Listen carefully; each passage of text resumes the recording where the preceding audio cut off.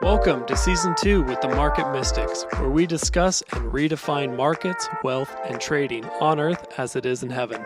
Join us on the journey while we consider new possibilities with special guests who might just challenge a few perspectives. Get ready to dive in deep with your hosts, Joshua and Kim. Hey, everybody. Welcome back.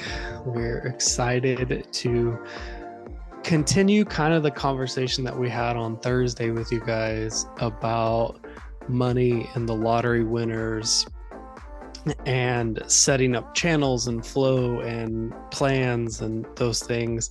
It isn't a direct continuation, but it is just another conversation about money and some other questions about how we view money, how we interact with money. I think this topic came up, had to be months ago, Josh. It was a while, yeah. But the question was, does money still tangibly feel like money to you when it's in a different currency? Mm-hmm. So if you go to Mexico in pesos, if you go to Europe in euros, does that still feel to you like it's real money, or does it feel like kind of play money? Mm-hmm. I don't even know if you would call it play money, but like some other substance. And the big correlation I see, because my question is, I wonder if those people who have won like big windfalls in the lottery or like had a big inheritance and then squander it, if some of it is that they didn't have to like have physical work for it or like earn it.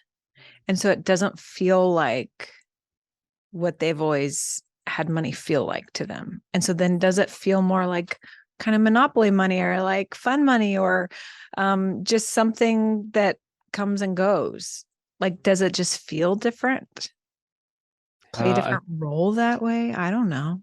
I think that's a great question. So most of our listeners will know that we go to South Africa with some regularity. And thankfully, the world's technologically advanced that most of the time you can use your credit card anywhere you go. But occasionally we do get some rand. And so my question for you is, does that feel different to you than like going to your grocery store here and using dollars? 100% it does to me. Because first of all, there's like this calculation for the exchange rate to like, I always am trying to convert it back to dollars because that's the scale on which I measure things. Mm-hmm. And interestingly enough, through a lot of our travels, I found that a lot of people still measure everything against the dollar.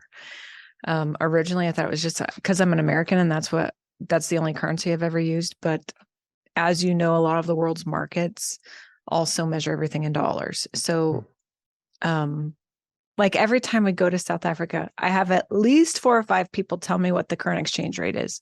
Just normal people that we know in relationship, mm-hmm. not like working at the exchange in the airport, right? Just like normal people are like, oh, it's 20 to 1. Oh, it's 13 to 1. Mm-hmm. But to me, then I have this physical representation of this exchange that's happened. So it's almost as though I've already spent the dollars and then I got something in return. Just like if I go to McDonald's and get a burger, I've spent the dollars and I got the burger in return and now it's mine to consume. Mm-hmm. And it kind of feels like that. Yeah, I think that's amazing that that's where you went with it, because that was exactly my mindset. It feels to me like, I've traveled internationally to multiple different countries, and when I've exchanged cash, it feels like I have already spent the dollars. Mm-hmm. And I think that's a fascinating thing because my nervous system is not trained to hold that value. It doesn't mean as much. It almost doesn't mean anything. Like it's not too dissimilar to holding monopoly money. Right. But I think that that is, and I'm not saying that's a correct mindset by any means. What I'm noticing is our nervous systems haven't been trained to hold that value. Agreed. Psychologically, I even think about Vegas or just the industry of gambling and how they have you exchange your cash for chips. Mm-hmm. But then now these chips are holding that value, but it essentially turns it into a different currency. Yeah. So then it's, again, I think it triggers that same mindset unless you've switched it over. And I do think that's possible. Mm-hmm. Unless you've switched it over, it kind of holds less weight than putting. So, like, let's say you go to a blackjack table. And last I heard locally, the minimum bet for a blackjack table here, I've still never been to this casino here, is $15 a hand. That's the minimum. So if I was to go and I was to put a $10 bill and a $5 bill on that table, it would feel different to me than putting out chips that represent that dollar amount because I've already handed over the cash. And so now I have this funny little representation that's branded and, logoed up and has numbers on it, whatever. But everybody's playing with it. And then it feels like fun money. Mm-hmm. And not that I'm trying to get into gambling at this point or like get onto that topic. We can have a whole other episode on that. But I think that's kind of part of the psychology in that industry. Is a big part of it is switching that out just for numbers or just for some other token of something, because then it doesn't feel like real money. And then you might be more loose with it. Yeah, I think that's amazing. So the other question I have for you is, does digital money, dollars, whatever, specifically dollars, let's stick with specifically dollars. Do digital dollars hold the same value in your mind as physical dollars? I'd like to say yes, because I'm so practiced at the digital dollar, AKA my debit card, but it doesn't.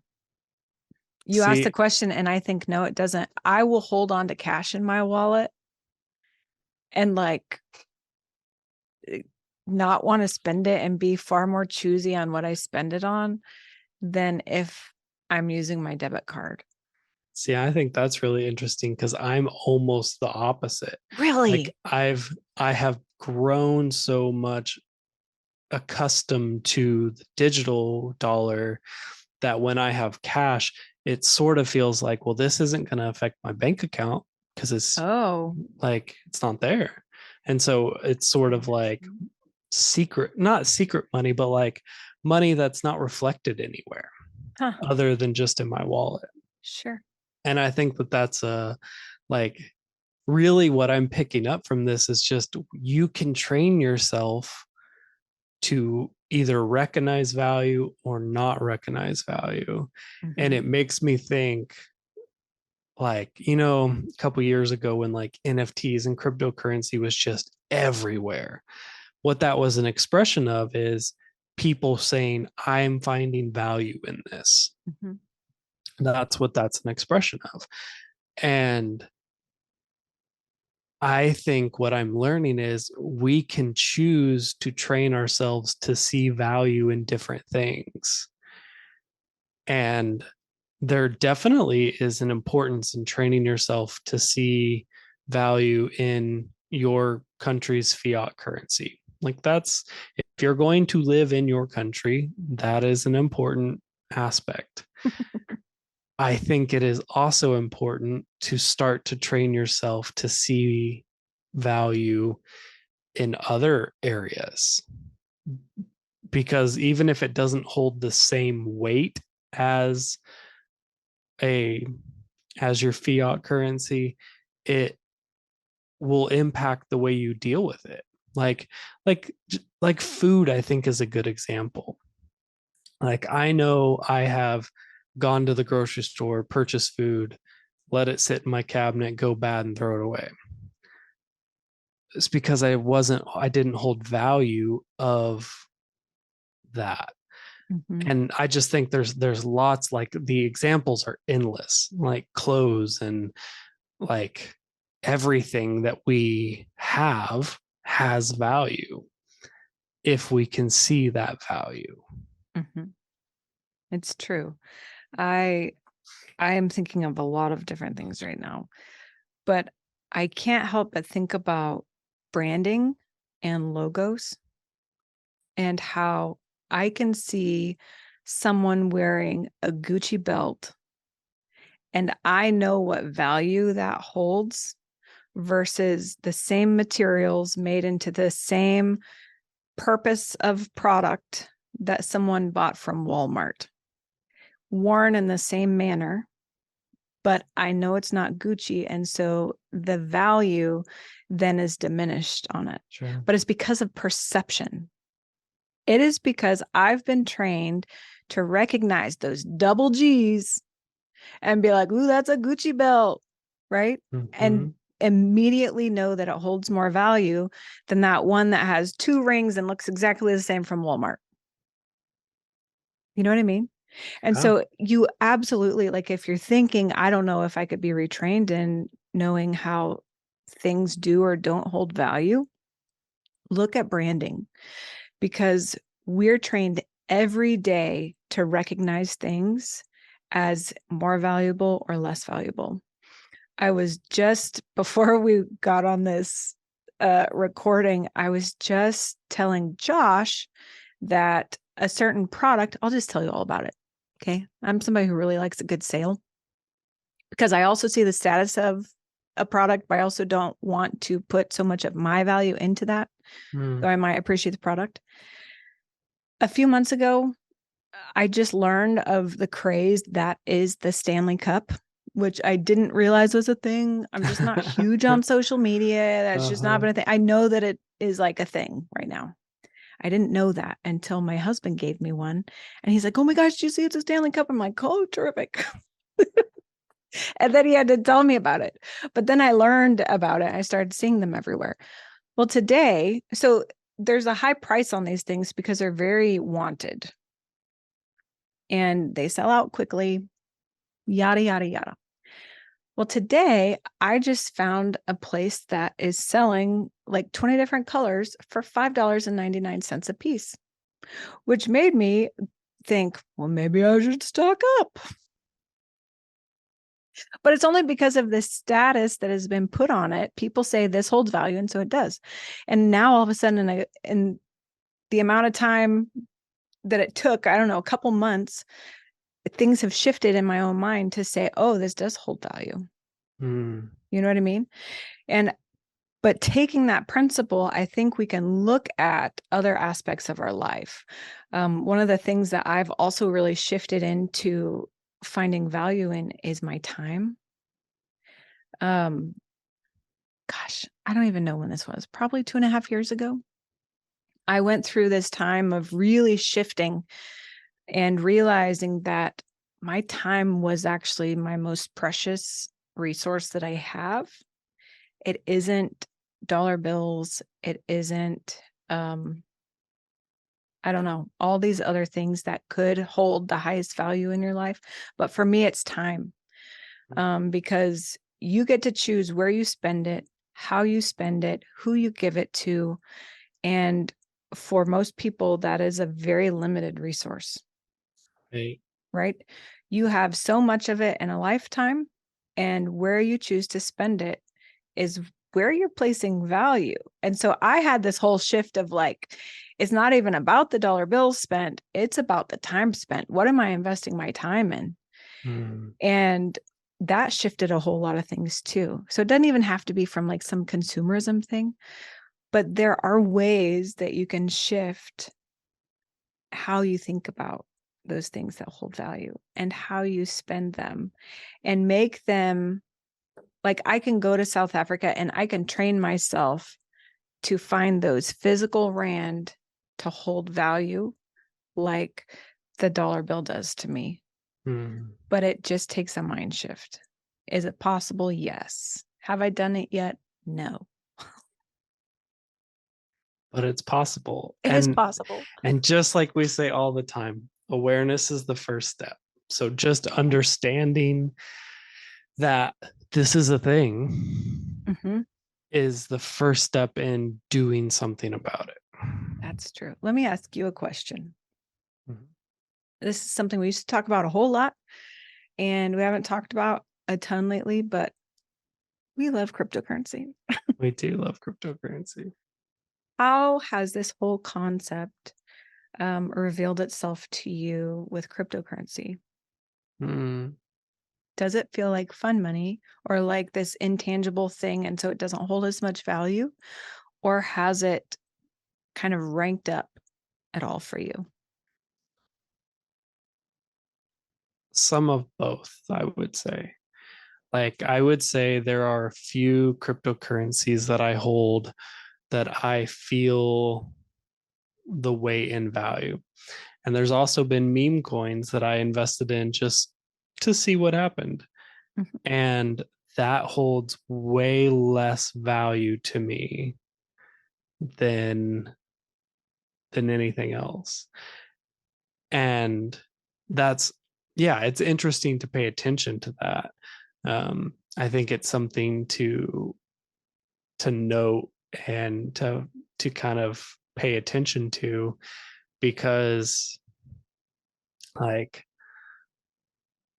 yeah, like, where are you feeling value? And so, part of the reason that both you and I got into cryptocurrency is because we saw value in it, and we felt like God was showing us there's value to be seen here.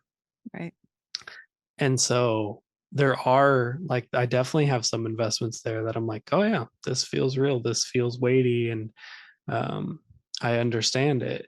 And then there's some, like, that I'm like, oh yeah, I you know have millions of this coin, and it's like it means nothing to me.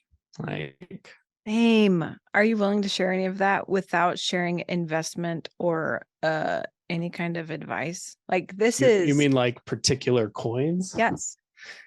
I don't know, because I don't want to take the value away from somebody else, just because my nervous system hasn't learned to see value in a particular meme coin does not mean that there isn't value there, or that other people don't have value there. So you'd say it's not that it's not meaningful.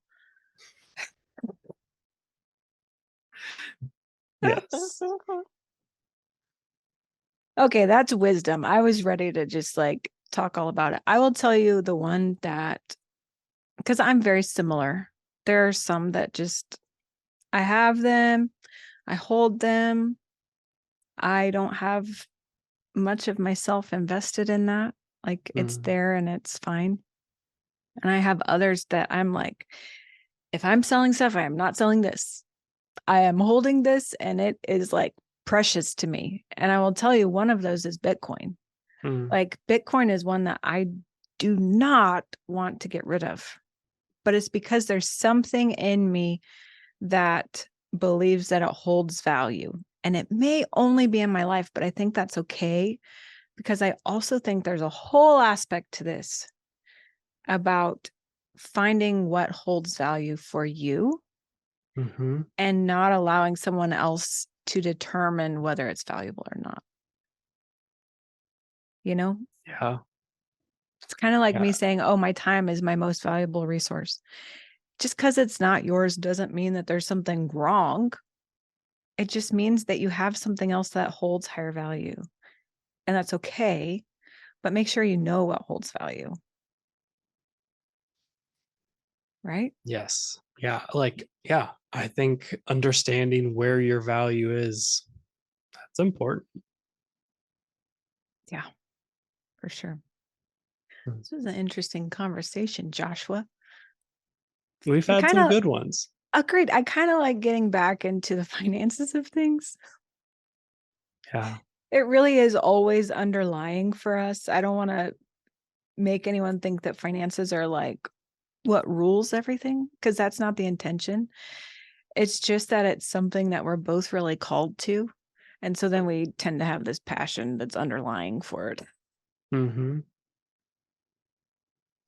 Mm-hmm. Yeah. I think that's great. Yeah, I've enjoyed this, and I'm looking forward to seeing where it goes. Agreed. Cool. Well, thanks for joining again. Also, if you have any input on this, I'd love to know what you hold valuable. I don't want to take from you what you hold valuable, but I wonder if there are other things that we haven't even thought about. I don't know. We love community. We love conversation. So let's chat about it. Sounds good. Okay. We will see you next time, guys. Thank you for sticking around. Listen for new episodes every Monday and Thursday. Find us on all social media platforms by searching for Market Mystics. Don't forget to follow and subscribe. Visit upperroomcd.com where you can find more information about the hosts, projects, and guests. Go deeper by booking a coaching appointment focused on redefining identity and wealth in your life. See you next time.